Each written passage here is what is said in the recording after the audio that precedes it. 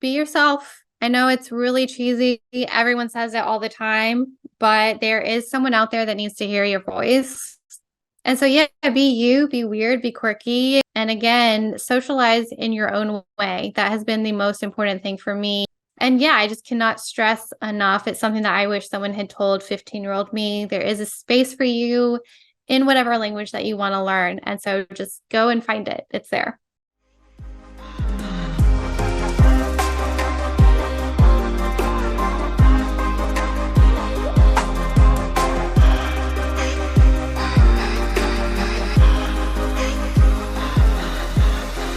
Hello, Martha. Thank you very much for joining us today. Thank you for having me. I'm so excited to be here. So am I. So am I. And for anybody listening and for anybody that is not familiar with who you are and what you do, could you introduce yourself to us? Sure. So my name is Martha Summerlin. I'm from Eastern North Carolina. I am a huge language nerd. I've loved languages absolutely since forever, been obsessed with them. And I'm super happy to talk about anything language related ever, especially language and identity, language and introversion, things like that. And I have a podcast on introverted language learning. I studied sociolinguistics at NC State, and I am again just super happy to be here. Wonderful, wonderful, fantastic. And you mentioned that you are very into talking about languages, but not just languages from their own perspective, but also the introverted side of languages. Can you dig a little bit deeper into that? Why is that something that you're interested in? It's something that I'm interested in because there's two sides of it. So the first one is that I always knew that I was introverted, but I never really put together my identity as an introverted language learning. I didn't know how important it was to know how introversion affects all different parts of my life. And I always felt the pressure to, in general, get out of my shell. And so I just saw all this language learning advice. I thought, okay, I have to go talk. I have to have my personality change in different languages. I have to be this way. And I started off with Spanish and Portuguese, which, I learned them way before the days of YouTube and social media and all different kinds of people. And so I had a very limited idea of what it meant and what it looked like to speak other languages. And so as I started my journey to accepting my introversion in general, I realized just how much it impacted my language learning. And I saw that there weren't really many resources for introverted language learners. There wasn't a whole lot of safe spaces for those of us who are more quiet and who like doing the reading and the writing. And so I just wanted to sort of start that conversation, add nuance to the conversation, and help introverts connect with each other and sort of find their own community. Wonderful, wonderful. And we will dig a little bit deeper into that, but before we do, you mentioned that you've learned Spanish and Portuguese. Do you know any other languages? So I would say that I'm a professional dabbler in languages because I have studied so many. It's not funny. But when people ask me which languages I speak, I really just say English and Spanish because those are the languages I feel fully comfortable in. Mhm. I have studied Portuguese extensively and I picked up Italian and then Hebrew and Arabic. I'm currently studying colloquial Arabic at the moment. And then just dabbling in Japanese and Irish because they just make me feel really happy. So, That's a very wide spectrum of different languages, and I very much like how different they are in terms of the family of languages. Like you mentioned, the Spanish and Portuguese being relatively close, but then Arabic and Hebrew and, and Japanese just being all over the place. But you mentioned that Spanish is the only one that you really feel comfortable in. Is that because you've just spent the most time with it, or what makes you feel comfortable in Spanish? yes, I mean, Spanish has been a part of my life since I was 7, which has created a lot of identity crises. But I would say it's because of the time and the effort that I've put into learning it and just all the different friends that I've had, the reading that I've done, the traveling that I've done. And yeah, it's the language that I feel most comfortable speaking because I just have had more practice with speaking it. Whenever it comes for me to speak Portuguese or Hebrew, for example, I never get to practice it. And so I feel like I just sort of stop all the time, have these awkward pauses, need time to collect my thoughts a lot more. And with your travel that you do, especially if we keep concentrating on Spanish, you mentioned the introverted side of you, like you said, maybe not being super out there and wanting to talk to a lot of people. How has that impacted your travels in the language sense, and maybe what kinds of challenges did you encounter as you went along? It's been really interesting. Now I'm fortunate because my husband is quite extroverted and he's from Mexico. And so anytime we go to Mexico or we go to places, he can talk. I have this thing where I just in general do not like talking to people that I don't know. And so I feel in a way that's sort of robbed me of a lot of experiences.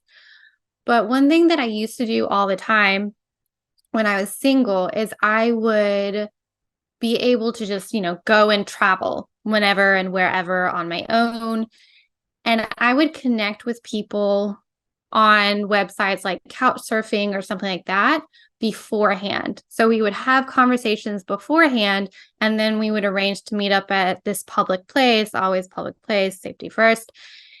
And that really helped me because then I had a friend who could show me different areas, who could introduce me to different people.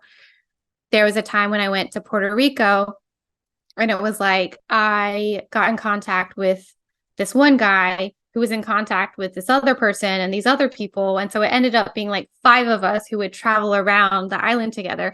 And it was really fun. And so that way for me, it was not like showing up and having no idea what's going on. I had other people that I had already had time to get used to first. And is that something that you would recommend to our fellow introverted travelers? Maybe other tips or tricks for that kind of traveling? I definitely would recommend it. Like I said, always be safe. Don't do anything stupid. Always meet up with people in public places and always, set boundaries. If you're chatting with this person and something just doesn't feel right, don't don't don't go off with them. I had an experience where in Puerto Rico, this girl and I were both contacted by the same guy who wanted for us to go with him to his nail salon after it was closed so that he could give us a foot massage. And I was just like, I'm sorry, I'm not doing that.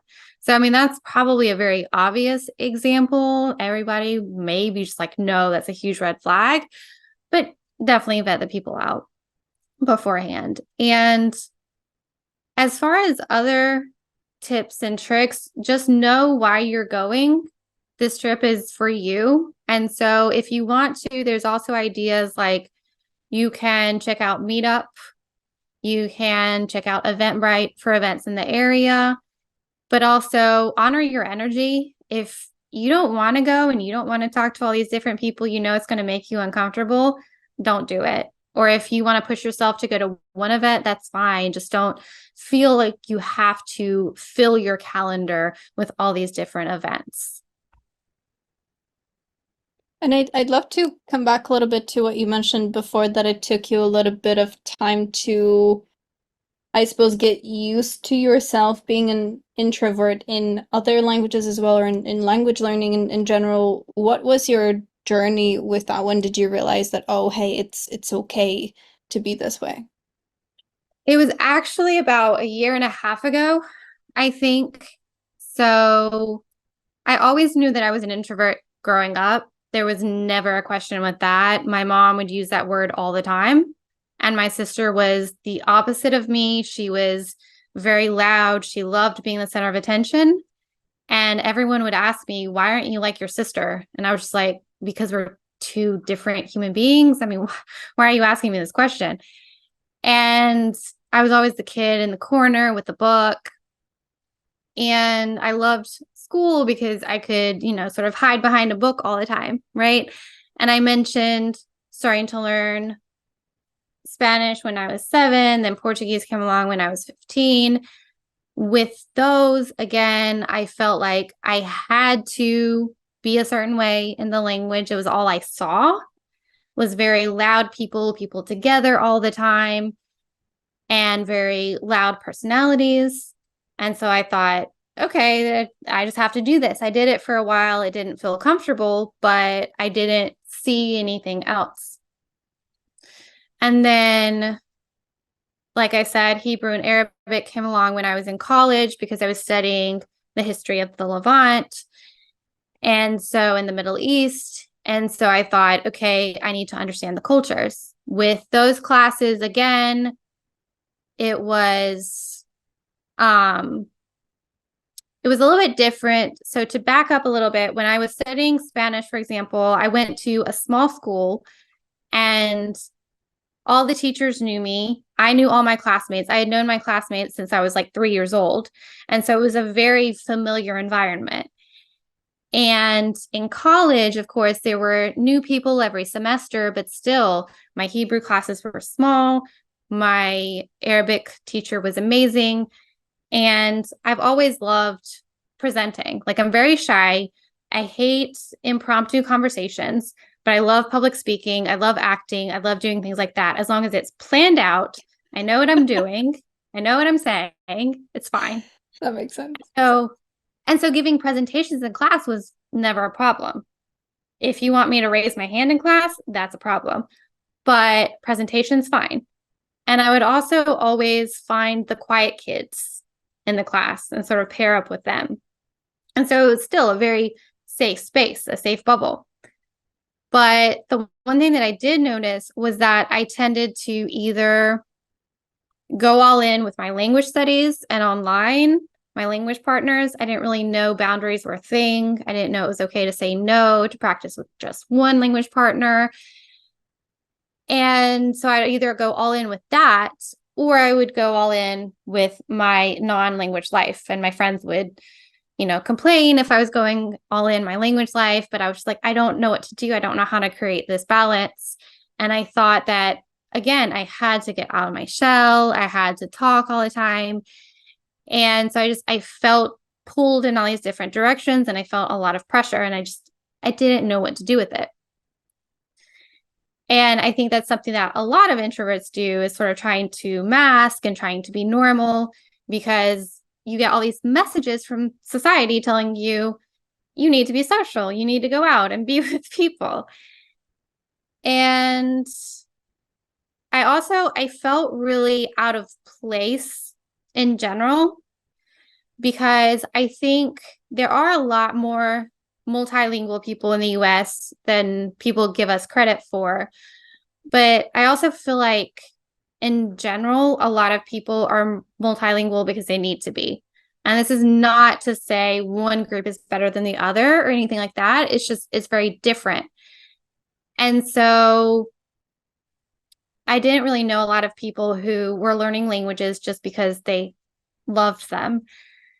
And that's where I found the term polyglot, and through Lindy Boats, who's also an introvert. And I discovered conferences and events in polyglot communities. And I was like, wow, this is amazing. I finally fit in.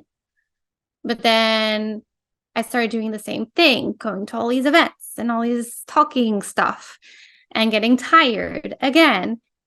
And so with the COVID shutdown and everything, I had what I call my year of introspection, where I basically started participating in masterminds and lots of different activities for introverts. And I discovered the importance of seeing myself as a whole person, which meant seeing myself as an introverted language learner, not, putting those in two completely separate camps anymore. I also worked with a language coach. Her name is Maria Ortega Garcia. She works specifically with confidence. And because I was just like, I've always seen Spanish as a very extroverted language, I don't know how to be an introvert in Spanish. And so that was really cool and showed me a lot. And I also learned how a lot of the things that I felt were just these conditionings that I had been taught as a woman. You have to make people feel happy, you have to be nice. It's always about, you know, doing for others before yourself. And I saw, okay, I have all of this stuff that's also impacting my introversion, my shyness, and all this stuff that I have to unpack and unlearn. And I just felt like with this year, I had learned so much and I wanted to share that. And I also saw that there just weren't that many resources out there for introverted language learning. And I wanted to change that. So I created my podcast. Wonderful. Wonderful. And for anybody that is listening to this and wondering, like you said, that you've learned a ton about your introversion, about how you can be a language learner as an introvert, what would you say have been your key takeaways potentially, or some of the key messages that you could share with somebody that is maybe in the same boat, also an introvert, also not really sure what to do with themselves in terms of language? Mm-hmm. There is a lot of things that I would say. I would say, first of all, get to know yourself and be your own advocate because it's important to know introversion, extroversion, ambiversion. It's all on a spectrum. So to sort of have an idea where you fall on that. And of course, it's also important to understand that even where you fall right now, it's not static. It's going to change based on your life events. When you're in your 20s and you're in college, you may have a lot more energy. You don't have as many responsibilities. When you get older and you have aging parents and kids and all these stuff, then you may find yourself feeling more introverted. And just know how things like being possibly neurodivergent, being a woman, all these different things impact you as well. Know who you are, how you are, and advocate for yourself because you're going to hear all these different messages from people.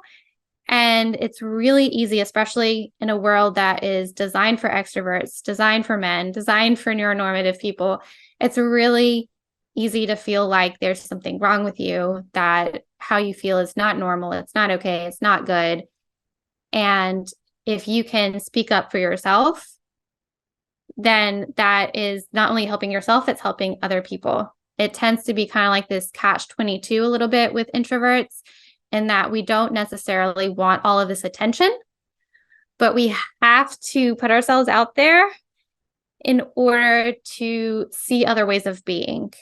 Whenever I've seen, these French and Italian language teachers and coaches present themselves and put introverted language coach or something in their bio and see how they've presented themselves, it's made a huge difference for me, not only in seeing how I can be in a language, but also just how I can be in that language in particular if I'm studying it.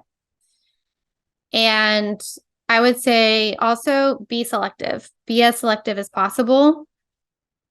No, this is part of knowing yourself. But for example, whenever I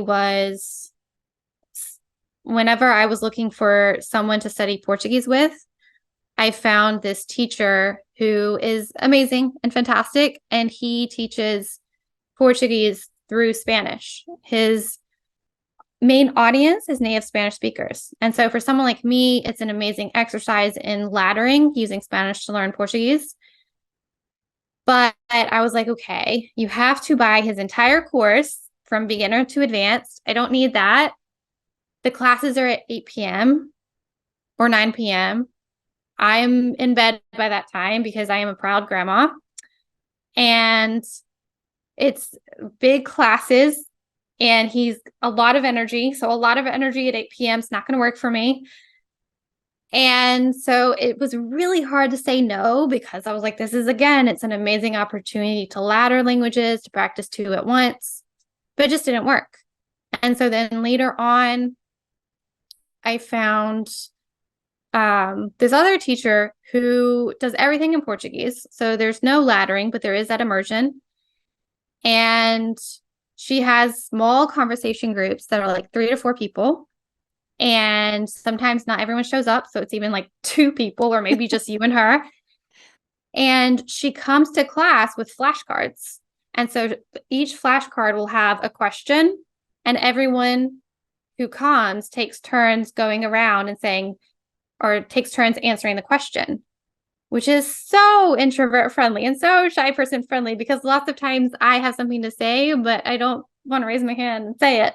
But if you call on me, sure, I'll talk. And it's just an amazing world of difference. It's amazingly different. So the right opportunity will come along.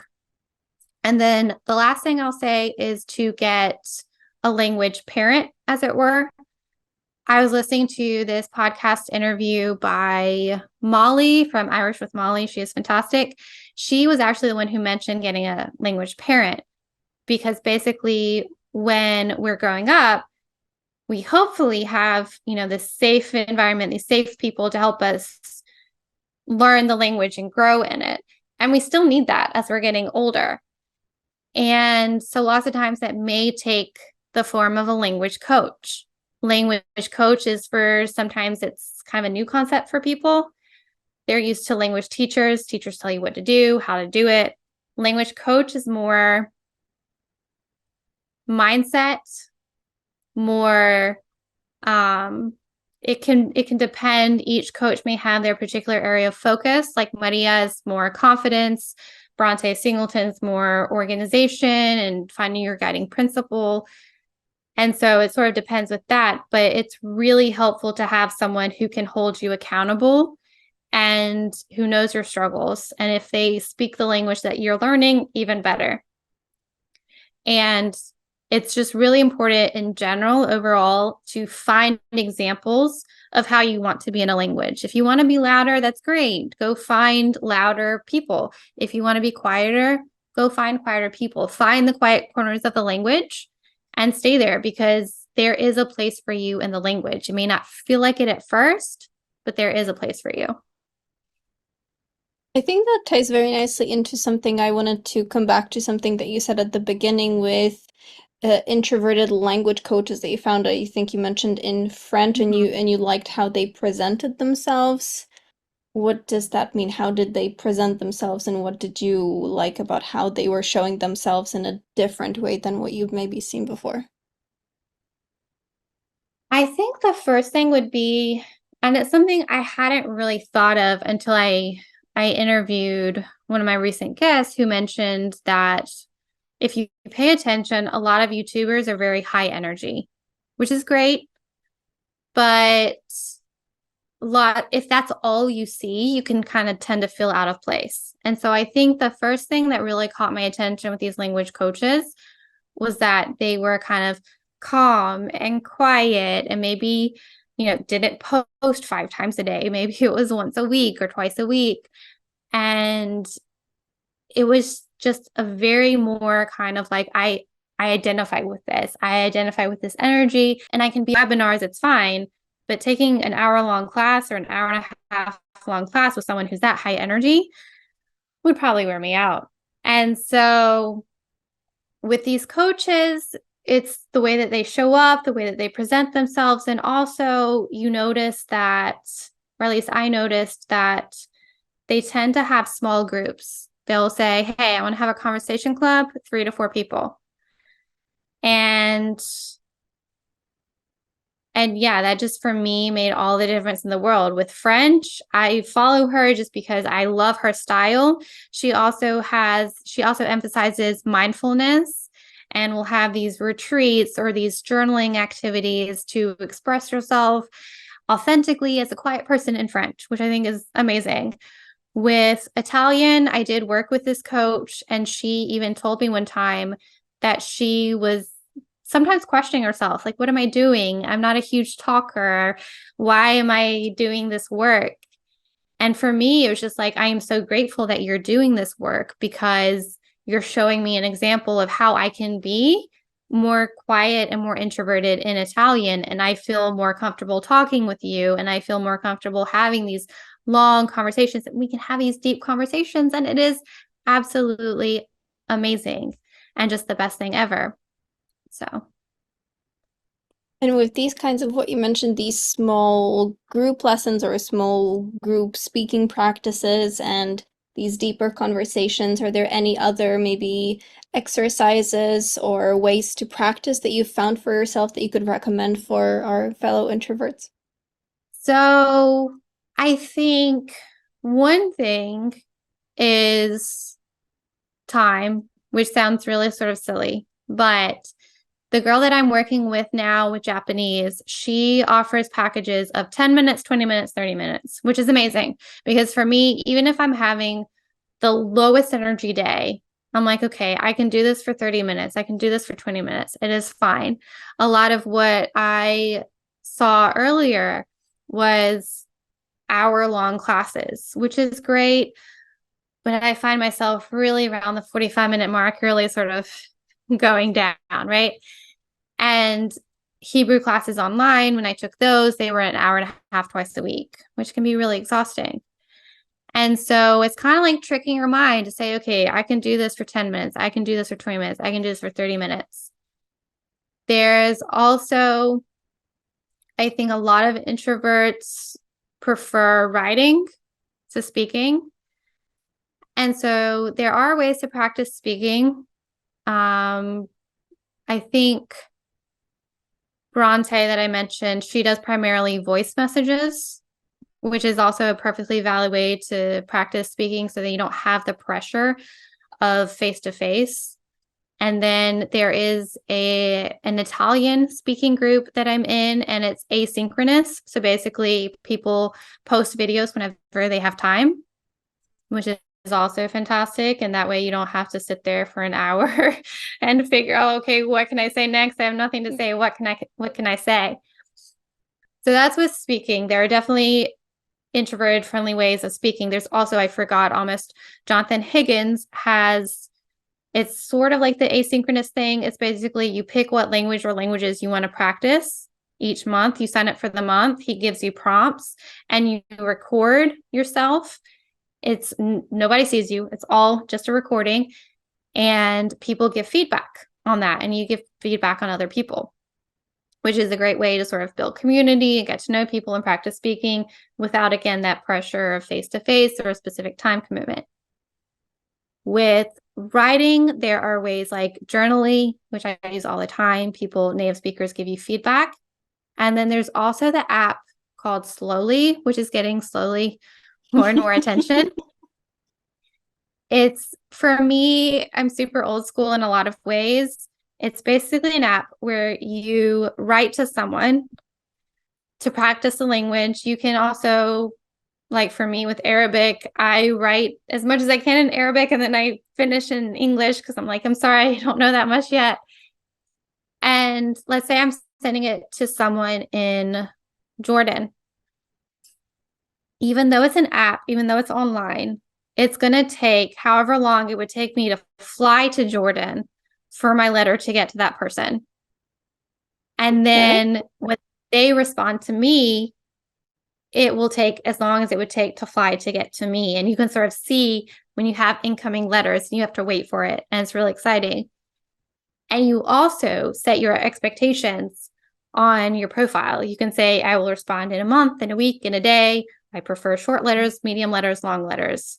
And so it's really cool, and it's a lot less pressure, and it doesn't feel like the weird. I feel like language exchange apps feel like dating a lot of times because sometimes you like swipe people or you do weird things that make me feel like I'm on Tinder. And it's not this expectation of an instantaneous response. It's everyone knows it's going to take a lot longer to get there. And you can have those deep conversations that way because you're sitting down and writing a letter, which to me feels really cool. And have you noticed in your language learning journey that there are certain benefits to introversion? Because we've been talking about the downsides and the society pressures and so on, but have you noticed any positives of it for yourself? Mm-hmm. I think it's important, of course, for every introvert to realize what their particular strengths are and to see introversion as a strength to begin with, to have this self-awareness. For me, there are strengths such as listening and observation. So I prefer to listen. And I think, you need a lot of input You need to hear something a lot of times before you can reproduce it yourself. And so being willing to sit here and have someone, talk a lot for me is the greatest thing. Then I get all this input and I can pay attention to how they're saying things and their intonation and their pronunciation and the phrases that they use. And then I can use them back. And with observing, like, how's people's body language? What do they do when they walk into a room? Is it normal to greet everyone in the room, or is it okay not to? And so that's really cool. And then introverts lots of times have the strength of thinking and pondering a lot before acting. And when we feel a pressure to be normal, that can mean that we buy all the newest textbooks and we buy this resource and we buy this course and do this and that because we want to be normal, right? But when we lean into that introvert strength, it's evaluating, is this really good for me? Does this meet my goals? Do I have the time to commit to this? For example, again, that Brazilian teacher where the classes were at 8 p.m. versus this other one that I found. Introverts are a lot better with delayed gratification. So even though I want this right now, I know I'm going to get it at some point. So just really leaning into that a lot. And in deciding who you want to practice with, like, is this person going to wear me out? Or if they are and I still like them, let's practice for 15 minutes, being able to set a lot of boundaries around that.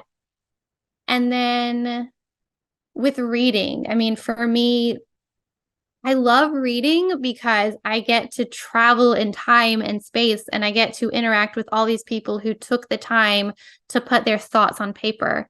And so even if I'm not having all of these conversations in real time, face to face with all these people, I'm in a way having conversations with all these people who wrote these books from these different places.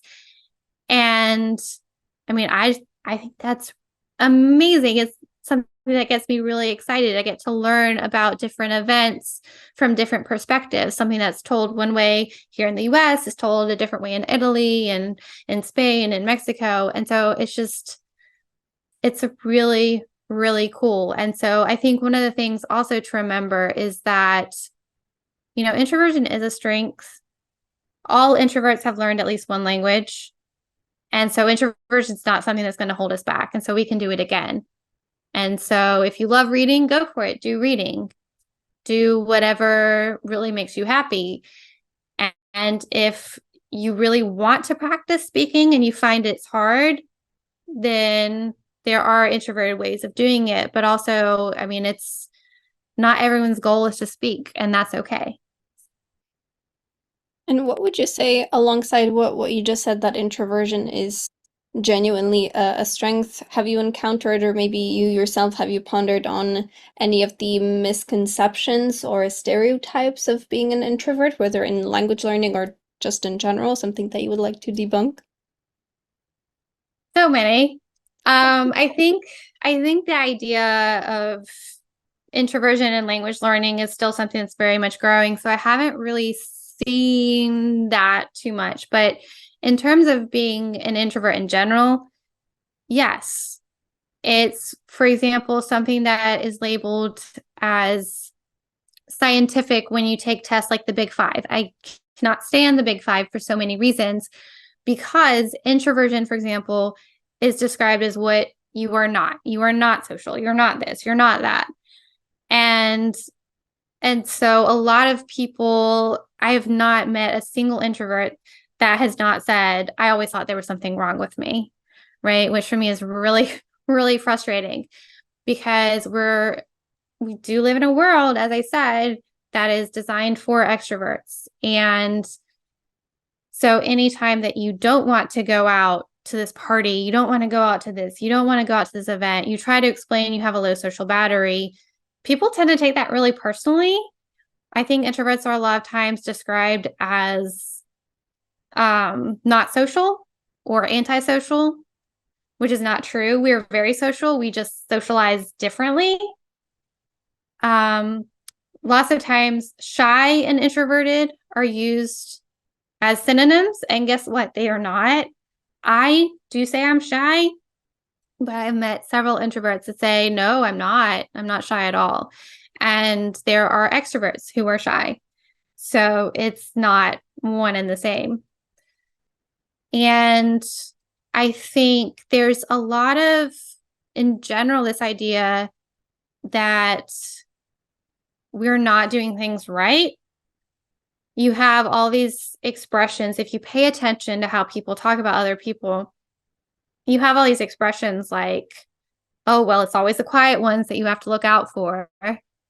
Or I heard this one lady say one time, she was talking about her sister. She was like, oh, she was quiet, but she was nice. And I'm like, why is there that but there? Why can't you be quiet and nice? Why? It's always like you have to explain yourself. Like, why aren't you talking? Why aren't you doing this? Right. And so sometimes we're seen as stuck up, we're seen as unfriendly. Lots of times people will ask me why I'm angry. And I'm just like, this is just my face. Like, I'm not angry. Yeah. And so, depending on our personality, introverts may or may not be really sort of sensitive to these comments that people make. Lots of times, introverts will try to change their behavior because we're just giving these messages all the time that what we're doing, how we're being, isn't normal. One thing that I will say about introverted language learners in general is that depending on how social they are, I think they may struggle to get enough opportunities to speak, to practice speaking. And if they don't really meet expectations, then they may sort of get a feeling of not being enough from others in the community. And then probably not having enough motivation to continue because, oh, well, they don't like me anyway, so Mm-hmm. let's move on. Sure, sure. Yeah. I can see that. I can see that. And Martha, you mentioned your podcast, and I'd love to circle back to that and we will talk about it a little bit more in a moment. But I do want to get your take on what you've learned from that, because I feel like having a podcast from my perspective at least is there is a lot of these again quite social aspects to it. I would say reaching out to people, starting new conversations, putting yourself out there and say, "Hey, I'm open here. You can talk to me." So, what did you learn from that as an experience? Like you said, as an introvert yourself, how has that impacted you? I've learned a lot about the different kinds of being, the different ways of being an introvert. As I said, I am rather shy, and I would say I'm a thinking introvert. But most of the people that I've interviewed have described themselves as social introverts. And so it's just like we're not a monolith. There are so many different social battery levels. Like mine, I would say it's usually like here, about an hour, 2 hours, and I'm ready to go home. There are other people who have much longer social batteries as long as they've been able to socialize or to recharge for enough time. The last person I interviewed also said that after the pandemic, she finds herself with a longer social battery now that she's had about 3 years to recharge. That's a nice And way to think about it. yeah. And so it's been really interesting to see that difference and to see the impact also of neurodivergence on introversion and just the importance of communicating our needs because we're all different and of finding people that are understanding of that. Second thing that's been really important for me has been realizing and having to come to terms with how our introversion ebbs and flows as we get older. I realized that for me personally, I was trying to keep my study routine as it was when I was in my 20s. And guess what? My life has changed and my responsibilities have increased. And so I briefly mentioned this before, but it's just a matter of it's really important to constantly evaluate where you are in life and how much energy you have to devote to different things. It's going to ebb and flow, and that's okay. And a couple of my guests this past season or this next season are one is over 50. They both have kids. And so talking about that experience, because that is something that in general is not talked about a lot. A lot of people who come on talking about language learning are in their 20s. And guess what? That's great. But there's a lot of us who don't fit that anymore. And so to hear that experience told, but also from an introvert perspective, because, if you have to devote a lot of your time and energy to your kids or your parents, you may not have that much time to devote to these language partners and your languages in general. And so that's really important to keep into consideration. Third thing I would say that I learned is the need to see ourselves as a whole person, to bring also mindfulness into this conversation, and to try and find as much balance as we can, whether or not we can ever really truly find a balance between our language lives and our non-language lives, to just, try to have compassion on ourselves and to find as much balance as we can. And in terms of seeing ourselves as a whole person, it's important in understanding the different parts of ourselves. I know I bring it up a lot because it's something that I'm exploring now is, if we're neurodivergent, neurospicy, that is going to have an impact on how we learn, period. And then add introversion to that. Also, for heritage language speakers, they'll face different pressures. Like an introverted heritage language speaker will face different pressures than I do, for example. And if you're part of a minority group as well. And the importance of taking care of past trauma and or our overall mental health.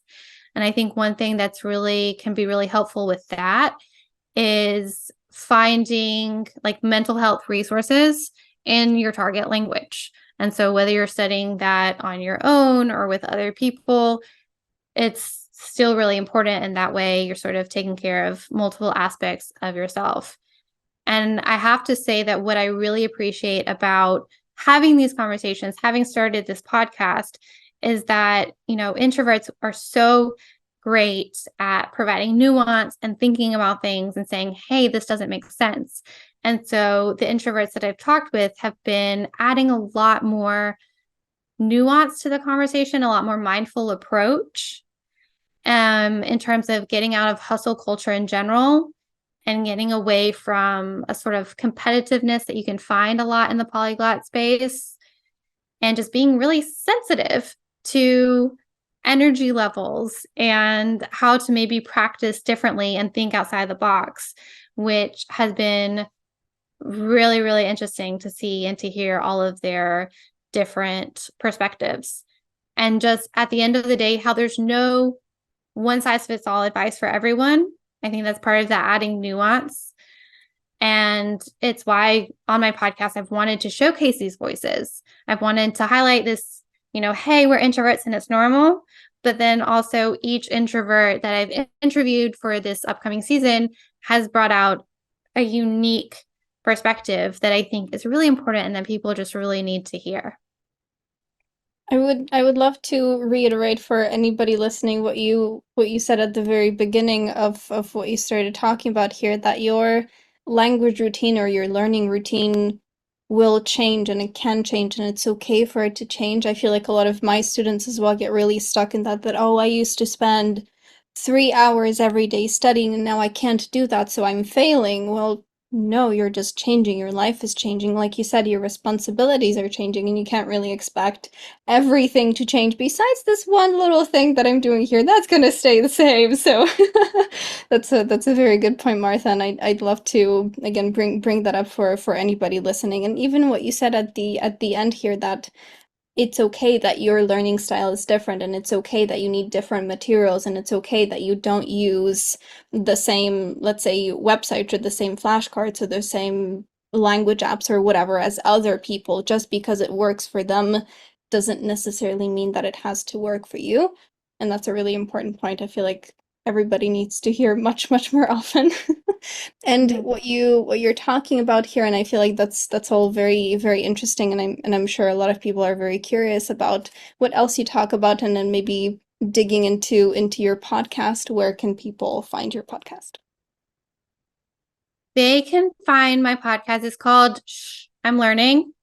It's called that. I explain it on my podcast because I used to get a hard time for wanting to study all the time, and for how I studied, and for wanting to be by myself. And so this is just sort of my way of saying, hey, it's okay. And so I'm on Instagram at underscore I'm learning. It's also, you can find the actual podcast pretty much anywhere: Amazon, Apple Podcasts, Spotify. I don't even know what else, but yeah, the major platforms.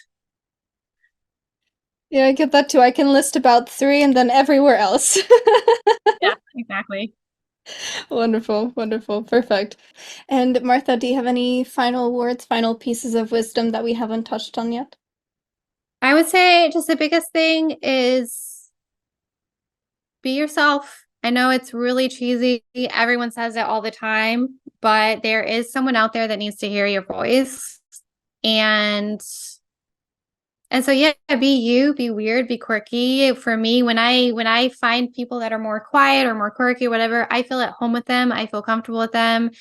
And I love learning all these new ideas. And again, socialize in your own way. That has been the most important thing for me, working with people one on one. And I have learned about amazing other resources like the Slowly app and things like that with them.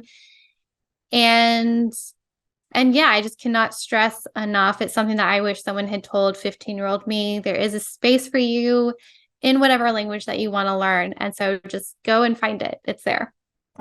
Perfect, perfect. Well, thank you very much for your time. It was an absolute pleasure listening to all of your stories and your wisdom today. So I do want to thank you, and I very, very much appreciate your time. Yes. Thank you again for having me. It's been wonderful. My pleasure. Hey, I'm glad to see you here. Let me know what you most enjoyed about this conversation, and if you have any questions, leave them in the comments below. I'll see you in the next one. Do zobaczenia.